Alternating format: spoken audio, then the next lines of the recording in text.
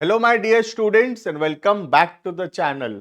आज के क्लास में हम कंटिन्यू करेंगे अपना कॉस्ट अकाउंटिंग, जो कि एनईपी ओडिशा सेमेस्टर 1 का पेपर है।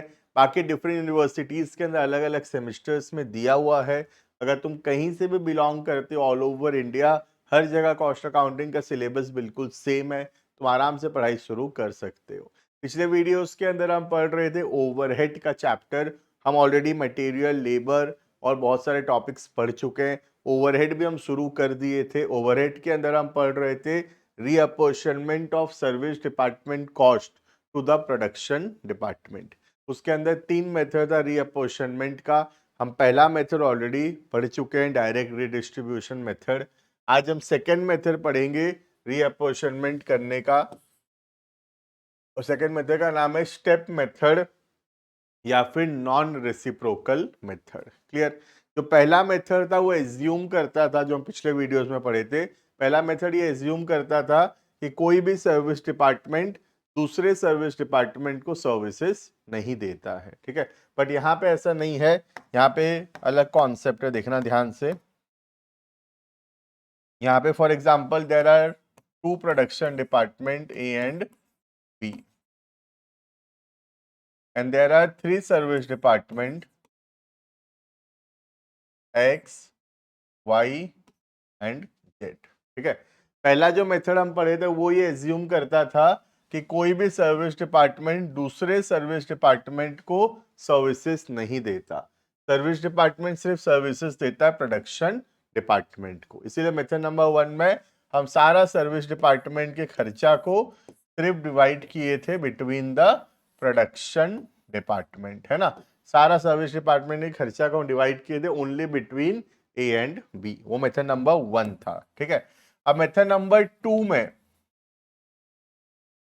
हम ये मानते हैं कि yes, one service department can give services to the other service department, right. तो यहां पे जो एक्स है वो ए और बी को तो सर्विस दे ही रहा है, ए और बी को तो सर्विस दे ही रहा है। साथ ही साथ में एक्स जो है बाकी सर्विस डिपार्टमेंट को भी सर्विसेज दे रहा है। ठीक है, तो एक्स जो है ए बी को तो दे ही रहा है सर्विस, साथ में वाई और जेड को भी सर्विस दे रहा है। ठीक है, अब ये जो वाई है, वाई जो है, वाई ए और बी को तो दे ही रहा है, साथ ही साथ सिर्फ जेड को सर्विस दे रहा है। और जेड जो है, जेड सिर्फ ए और बी को सर्विस दे रहा है, राइट। तो हमको देखना पड़ेगा कि कौन सब प्रोडक्शन डिपार्टमेंट को तो सबको ही सर्विस दे रहे हैं, राइट। एक सर्विस डिपार्टमेंट क्या दूसरे सर्विस डिपार्टमेंट को सर्विस दे रहा है, तो हम देखेंगे कि ये जो एक्स है ये दो दो सर्विस डिपार्टमेंट को सर्विस दे रहा है। फिर हम देखेंगे वाई, वाई सिर्फ जेड को सर्विस दे रहा है, ए और बी को तो दे ही रहा है, साथ में जेड को दे रहा है, और जेड जो है सिर्फ ए और बी को दे रहा है। ठीक है, तो अंडर नॉन रेसिप्रोकल मेथड हमको फाइंड आउट करना पड़ेगा वो सर्विस डिपार्टमेंट जो मैक्सिमम अदर सर्विस डिपार्टमेंट को सर्विसेज दे रहा है। जैसे एक्स है, यहाँ पे एक्स जो है ए और बी को तो सबको ही दे रहे हैं सर्विस, साथ में वाई को भी दे रहा है और जेड को भी दे रहा है। तो एक्स कितना सर्विस डिपार्टमेंट को सर्विस दे रहा है? 2 ठो सर्विस डिपार्टमेंट को। ठीक है, वाई जो है, वाई कितना सर्विस डिपार्टमेंट को सर्विस दे रहा है? तो वाई एक्स को सर्विस नहीं दे रहा, वाई सिर्फ जेड को सर्विस देता है। तो वाई जो है एक सर्विस डिपार्टमेंट को सर्विसेज दे रहा है। ठीक है, और जेड, जेड जो है किसी भी सर्विस डिपार्टमेंट को सर्विस नहीं देता, सिर्फ ए और B that is production department को सर्विस देता है। क्लियर है ये? तो अंडर नॉन रेसिप्रोकल मेथड ये एज्यूम किया जाता है कि एक डिपार्टमेंट, एक सर्विस डिपार्टमेंट बहुत सारे सर्विस डिपार्टमेंट को सर्विसेज दे रहा है, तो उसका कॉस्ट पहले एलोकेट होगा। तो इसका कॉस्ट पहले एलोकेट होगा, फिर इसका कॉस्ट एलोकेट होगा, और फिर इसका कॉस्ट एलोकेट होगा। क्लियर है? तो सीरियल ऑर्डर समझ गए। सबसे पहले वो सर्विस डिपार्टमेंट का सर्विस को हम डिवाइड करेंगे, उस कॉस्ट को डिवाइड करेंगे जो मैक्सिमम अदर सर्विस डिपार्टमेंट को सर्विस दे रहा है। जैसे एक्स है, एक्स यहाँ पे 2 लोगों को सर्विस दे रहा है। ठीक है, वाई सिर्फ एक को दे रहा है, तो फिर वाई का डिवाइड होगा, और लास्ट में आके जेड का डिवाइड होगा। क्लियर है? ये हो गया दूसरा method called as step method या नॉन रेसिप्रोकल मेथड। क्लियर है? अब तुम्हारे मन में डाउट आ रहा होगा, तो सोच लो दो प्रोडक्शन डिपार्टमेंट है ए और बी, और सर्विस डिपार्टमेंट है एक्स वाई जेड। ठीक है, अब एक्स जो है वाई को तो सर्विस दे ही रहा है और जेड को भी दे रहा है, और वाई जो है वाई एक्स को भी दे रहा है, जेड को भी दे रहा है, जेड जो है वाई को भी दे रहा है, एक्स को भी दे रहा है। ये भी तो पॉसिबल है। ये हम पढ़ेंगे मेथड नंबर 3 में। हम अभी मेथड नंबर 2 पढ़ रहे हैं ना। ये कौन सा मेथड है? मेथड नंबर 2 है। आगे चल के ये सिचुएशन भी अराइज हो सकता है जहां पे सब एक दूसरे को सर्विस दे रहे हैं।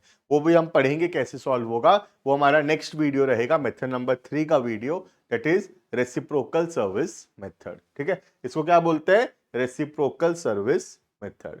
और अभी हम जो पढ़ रहे हैं, हम पढ़ रहे हैं मेथड नंबर 2, जिसको बोला जाता है स्टेप मेथड या नॉन रेसिप्रोकल मेथड। क्लियर है? ये एक क्वेश्चन देखते हैं, क्वेश्चन से ज्यादा क्लैरिटी आता है। देखना, suppose the expense of two production department, दो प्रोडक्शन डिपार्टमेंट है ए एंड बी,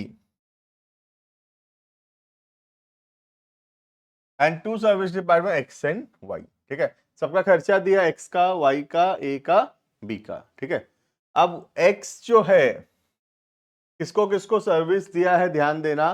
एक्स जो है सर्विस दिया है यहां पे वाई को, ए को और बी को। ठीक है, थोड़ा ये अलाइनमेंट प्रॉब्लम है, एक ऊपर रहेगा। ठीक है, और जो वाई है, वाई किसको सर्विस दिया है? वाई जो है एक्स को नहीं दिया ना, वो अपने आप को थोड़ी देगा। किसको दिया है? सिर्फ ए को और बी को। ठीक है, तो यहाँ पे सर्विस डिपार्टमेंट एक्स जो है वो वाई को सर्विस दे रहा है, ए को दे रहा है और बी को दे रहा है, तीन लोगों को दे रहा है। और जो सर्विस डिपार्टमेंट वाई है वो सिर्फ ए और बी को दे रहा है। राइट, तो हम पहले किसका कॉस्ट को डिवाइड करेंगे? पहले एक्स का कॉस्ट को डिवाइड करेंगे और फिर डिवाइड करेंगे वाई के कॉस्ट को। क्लियर है? ये prepare a statement apportionment of cost of service department over the production department. तो बोला सर्विस डिपार्टमेंट के खर्चा को डिवाइड करके दिखाओ between the production department. Clear है? ये तो स्टार्ट करते हैं। हम सबसे पहले बनाएंगे प्रोडक्शन डिपार्टमेंट्स का कॉलम, प्रोडक्शन डिपार्टमेंट का कॉलम। ठीक है,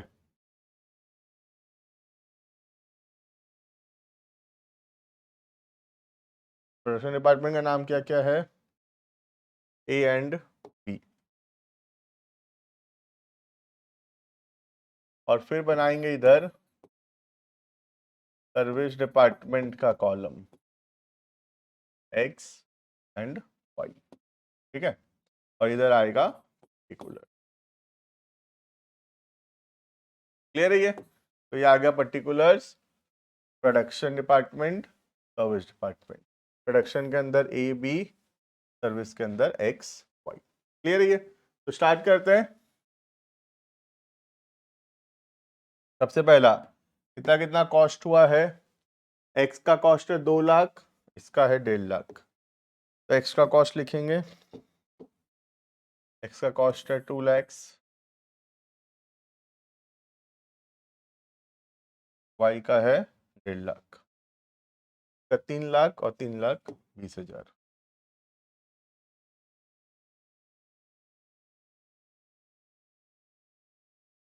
ठीक है, ये तो गिवन है। अब हम सबसे पहले किसके कॉस्ट को डिवाइड करेंगे? एक्स के कॉस्ट को डिवाइड करेंगे। ठीक है, तो एक्स का कॉस्ट 2 लाख रुपए एक्स का कम हो जाएगा और ये डिवाइड हो जाएगा वाई, ए और बी के बीच में। तो वाई में आएगा 25%, तो 2 लाख का 25%, यहाँ आएगा 50,000, है ना, और यहाँ 40 और यहाँ 35। तो सॉल्व करना पड़ेगा 40%, 35%। तो 2 लाख का 40%, 80,000 आएगा ए का,